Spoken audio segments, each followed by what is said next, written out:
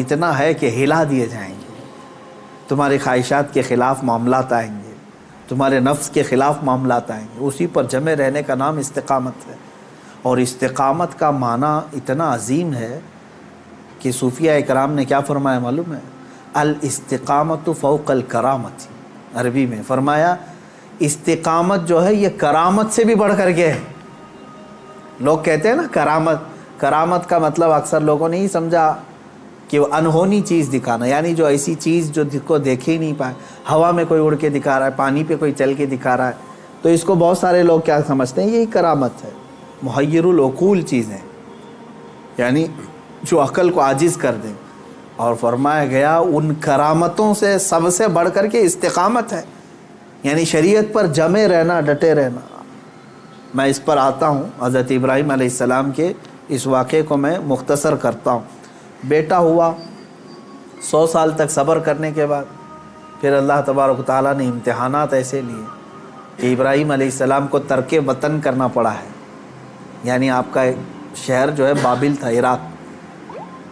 واقعہ تفصیل سے آپ کو پھر کبھی، وہاں آپ کو ہجرت کرنا پڑا، وہاں سے وطن چھوڑ دیا آپ نے، آپ کو جان کی بازی بھی لگانی پڑی، آگ میں آپ کو ڈالا گیا ہے، جان کے ساتھ بھی آپ کا امتحان ہوا، اس میں بھی آپ استقامت پر تھے۔ جب آپ کو نمرود آگ میں پھینک رہا تھا، جبرائیل علیہ السلام آئے، حاجتن یا خلیل اللہ، اے اللہ کے خلیل کوئی حاجت ہو تو بتائیں۔ تو حضرت ابراہیم علیہ السلام آگ میں پھینکے جا رہے ہیں، اس وقت بھی کیا کہتے ہیں؟ ہاں ہے حاجت لیکن اللہ سے ہے، میرا مولا میرے ساتھ ہے۔ یہ استقامت اور توکل کا اعلیٰ درجہ۔ تیسرا جو ہوا آپ کے ساتھ وہ اولاد، اور آپ کو یہ بھی میں بتا دوں کہ اب اولاد دیا اللہ تعالیٰ نے، پھر حکم یہ فرمایا، خواب میں حضرت ابراہیم علیہ السلام کو یہ کہا گیا کہ آپ اپنے بیٹے کی قربانی دیں اللہ کی بارگاہ۔ لیکن ابراہیم علیہ السلام نے خواب میں دیکھا تو اس کے بدلے میں آپ نے جانتے ہیں تقریباً آپ نے 100 اونٹوں کو ذبح کر دیا، اونٹ ذبح کیے۔ شاید اس خواب کی تعبیر یہ ہو۔ دوسرے دن پھر خواب وہی آیا، پھر آپ نے ذبح کیے۔ تیسرے دن پھر خواب آیا، تب آپ نے یقین کے ساتھ یہ فرمایا کہ مجھے میرے بیٹے اسماعیل کی ہی قربانی کا حکم دیا جا رہا ہے۔ پھر حضرت ابراہیم علیہ السلام، یعنی اونٹوں کے ذبح کرنے میں مال بھی تو کتنا قربان ہوا۔ تو اب میں جو بتانا چاہ رہا ہوں، اب وہ آخری بات سنیں۔ اسماعیل علیہ السلام کو بلایا اپنے قریب، جب ابھی حضرت اسماعیل علیہ السلام کی عمر پاک شباب کو نہیں پہنچی تھی، جوانی کے قریب آ رہی تھی۔ بلا کر کے کہنے لگے کہ انی ارا فی المنام انی اذبحک، اے اسماعیل میں نے خواب میں دیکھا ہے اور اللہ کا حکم یہ پایا ہے کہ میں تمہیں ذبح کر رہا ہوں، تم کیا کہتے ہو؟ حضرت اسماعیل علیہ السلام نے کیا کہا؟ یا ابت افعل ما تؤمر ستجدنی انشاءاللہ من الصابرین، اے میرے والد گرامی آپ کو جس بات کا حکم دیا گیا ہے وہ کر جائیے، آپ انشاءاللہ آپ مجھے صبر کرنے والا پائیں گے۔ اسماعیل علیہ السلام بیٹے کو کوئی یہ کہے، اب یہ اسی کے لیے شاعر نے یہ کہا ہے، یہ مکتب کی کرامت تھی کہ فیضان نبوت تھا، سکھائے کس نے اسماعیل کو آداب فرزندی۔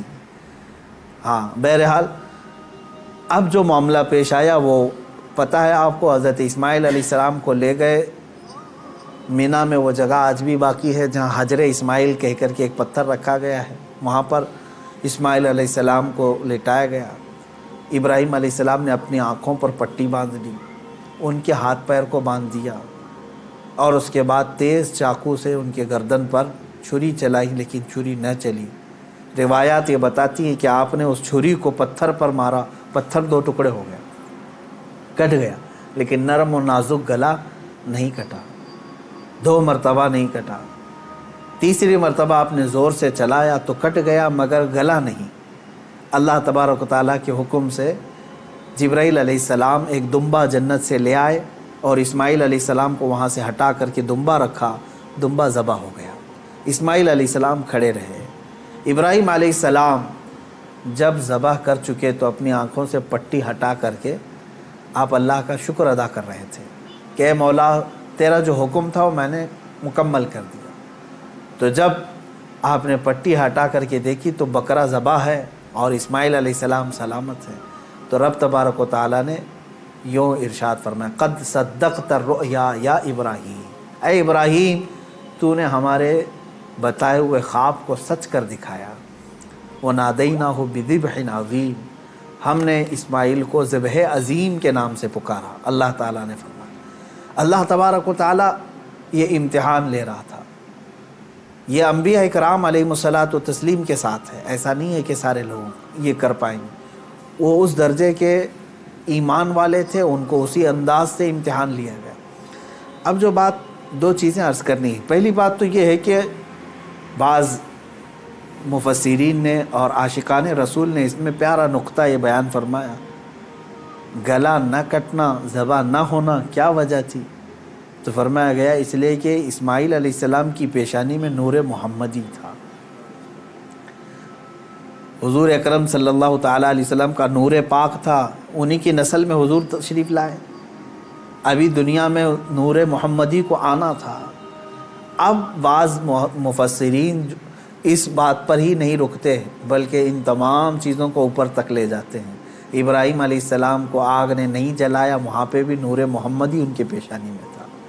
نوح علیہ السلام کی کشتی غرق نہیں ہوئی اس لیے کہ نوح علیہ السلام کی پیشانی میں بھی نور محمدی تھا۔ بہرحال دوسری بات میں جو بتانا چاہ رہا ہوں وہ 4 چیزیں تھیں۔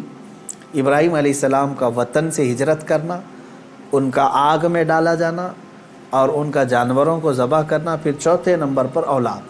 کوئی بھی انسان اپنی زندگی میں 4 چیزوں سے بے انتہا محبت کرتا ہے۔ 4 چیزیں اس کی بہت محبوب ہوتی ہیں۔ پہلی چیز اس کا وطن، جہاں پر پیدا ہوا، جہاں رہ رہا ہے، اس سے وہ محبت کرتا ہے۔